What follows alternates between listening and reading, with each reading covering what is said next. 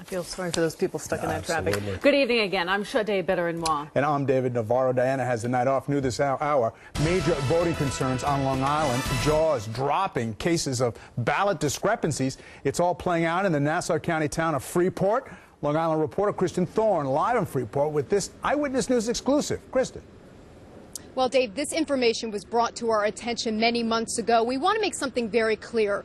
This has nothing to do with any political party. It has nothing to do with any past or current official. It's information that came to our attention. We looked into it, and what we found was startling. Eyewitness News obtained the original check-in sheets from the Freeport mayoral election last March. This is where poll workers jotted down voters' names when they first arrived to the polling places. In some cases, we found the same names with the same addresses appearing multiple times at the same polling place. Francisco Bermudez, for example, says he only voted once, but his name and address is listed twice. He and his father share the same name, but his father lives in Florida. So your father hasn't lived at that address in how long? In over 15 years. Then there's the name Mary Gordon, who is listed as having checked into a polling place with an address from this house on Gordon Place. But we were told by the homeowner no one lives here by that name.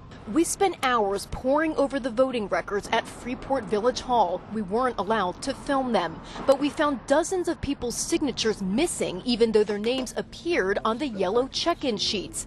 Then we stumbled upon something even stranger, a weird signature mark next to the name of Roderick Avitabile. The only problem is he died in 2005. His widow, Lorraine Avitabile, was at a loss for words when we told her. I'm really kind of puzzled about the whole thing. Milagros Matei worked as a secretary for the village during the election. She was fired from her job a few weeks ago. She believes because she told village officials she was uncomfortable with things she saw happen during the election. We had all the people that were coming in with different lists. We don't know what those lists were.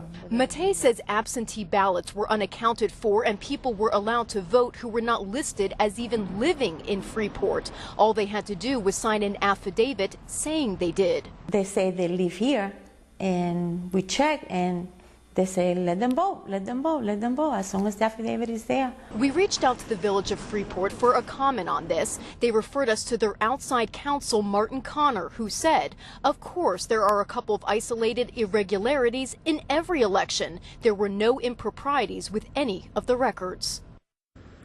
And after the election, a case was filed in Supreme Court alleging discrepancy in the voter numbers. A judge dismissed that case. We're live in Freeport, Long Island. Kristen Thorne, Channel 7 Eyewitness News.